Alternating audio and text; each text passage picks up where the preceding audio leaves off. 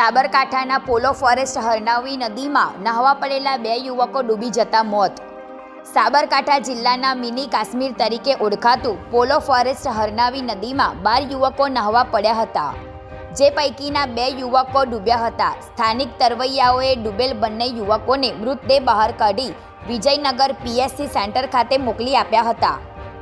બંને યુવક વિજયનગરના સરહદી દૈયા ગામે ટાવર ઊભા કરવાની મંજૂરી અર્થે ઉત્તર પ્રદેશના મિર્જાપુરથી આવ્યા હતા। વિજયનગર પોલીસે વધુ તપાસ હાથ ધરી છે। Real power news.